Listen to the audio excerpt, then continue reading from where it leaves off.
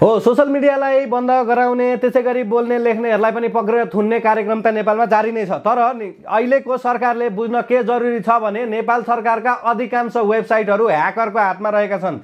नेपालको सबैभन्दा महत्त्वपूर्ण मानिएको प्रोजेक्ट नेशनल आइडी कार्ड एनआइडी को पनि तपाईको डाटाहरू सुरक्षित छैनन् भन्ने बुझिएको छ। त्रिभुवन विश्वविद्यालयका वेबसाइटहरू अधिकांश ह्याक भएका छन्।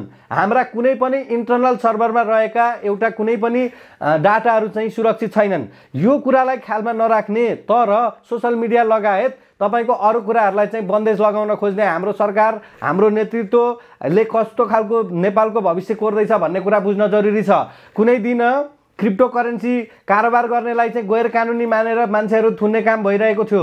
अहिले स्याटेलाइटमा चाहिँ हामी आफ्नै भूउपग्रह चाहिँ प्रक्षेपण गर्छौँ र त्यहीबाट हाम्रो डाटाहरू स्टोरेज गर्छौँ भन्ने कुरा पनि थियो। आफ्नै रेल बनाउँछौँ भन्ने कुरा पनि थियो। त्यसैगरी पानी जहाजको कुराहरू त छँदैछन्। छोड्दिउँ खैर यी कुराहरू सबै छोड्दिउँ।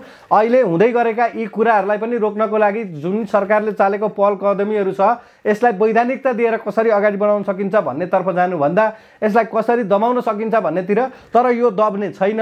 यो धेरै समय छैन, 81 भइहाल्यो। जनताले चुन्ने बेला पनि आउँदैछ। तपाईहरुले आफ्नो नेता पार्टीगतलाई भन्दा कसले राम्रो काम गर्छ भन्ने कुरा व्यक्ति रोज्ने भनेको थियो। तर पार्टी नेतृत्व पंक्तिबाट त व्यक्ति सञ्चालित हुन्छ।